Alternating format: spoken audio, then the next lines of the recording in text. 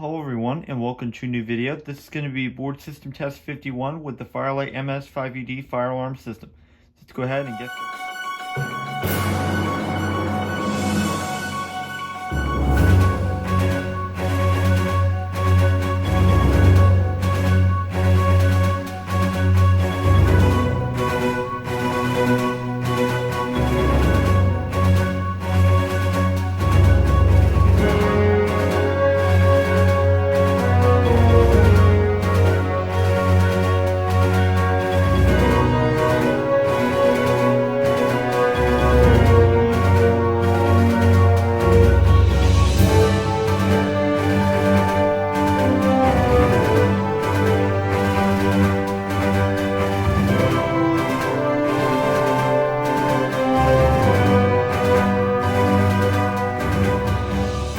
For our first notification appliance on today's system, we have a Simplex 2903-9102 strobe plate, and mounted on top of it, I've installed a Space Age 2D-CD horn, and this device will be doing code 3. We still have the System Center CO1224T carbon monoxide detector. Nothing has changed with that.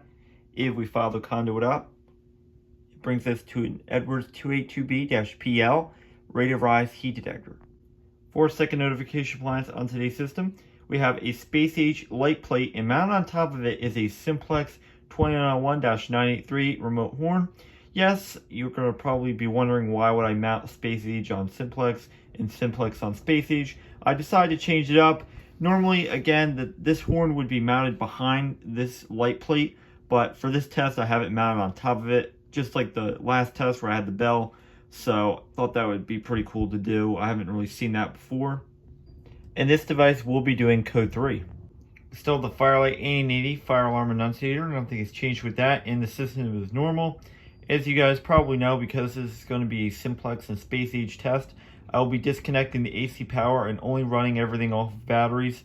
The reason that this is again, because the Simplex and Space Age usually are powered by DC power, and the panel outputs full A rectified power. So by doing DC power, it'll last the devices longer, it'll make them sound a lot better, and I'm not going to have to worry about the devices going bad, which certainly could happen if I power them with FWR. So I am going to be disconnecting the AC power and running off DC. Again, this is just for a demo system. This should never be done in a real building. If it wasn't a real building, you would probably be installing a Simplex panel or something like that that outputs DC power. But again, since this is a demo system, I can get away with it. I do not do it every single test. It only is tests where I have Simplex or Space Age. So if we move down, we still have the System Center RTS2 key test station. For pull stations, we have 2 pull stations. On the left, we have a Notifier LNG1R, and on the right, we have an ADT5060-S. And below the pull stations, we have a System Center D4120 duct detector, and that connects up to my System Center RTS2 key test station. Alright, to start off today's test, I'm going to go ahead and pull the notifier pull station. Here we go. 3, 2, 1.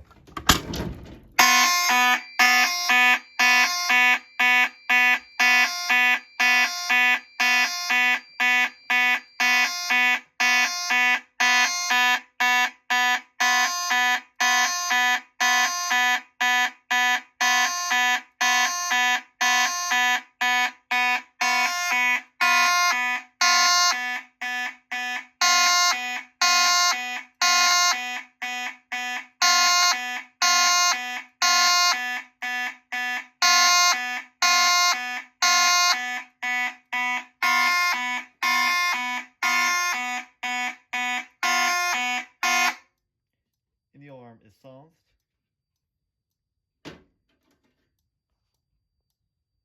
Strobes or lights in this case will still continue to flash because again, we do have audible silence.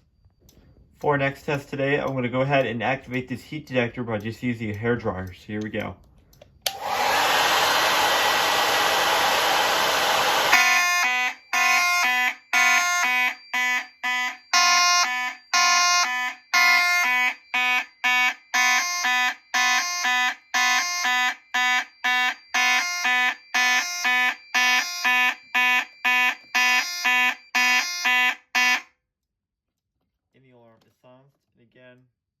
the lights or strobes will continue to flash. I will now go ahead and reset this pull station. So all I'm going to do is I'm going to insert my key, going to turn it, going to push it back into place. Reset's very similar to a Firelight BG8. There we go. And now I'm going to go into the main fire alarm control panel, and I'm going to hit system reset. Alright, for our final activation today, I'm going to go ahead and pull the ADT dual action pull station. Here we go. 3, 2, 1.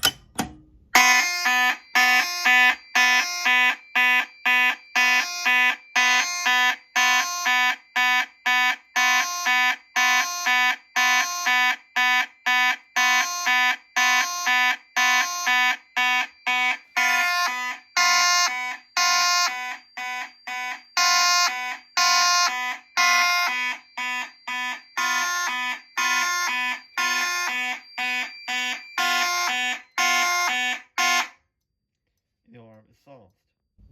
Alright, so to reset this pull station, all I'm going to do is I'm going to insert my key, I'm going to turn it. As you can see, the handle automatically pops back up. There's the inside, close back into place and lock back up, just like that. Now I'm going to go to the fire alarm annunciator. I'm going to go ahead and hit system reset.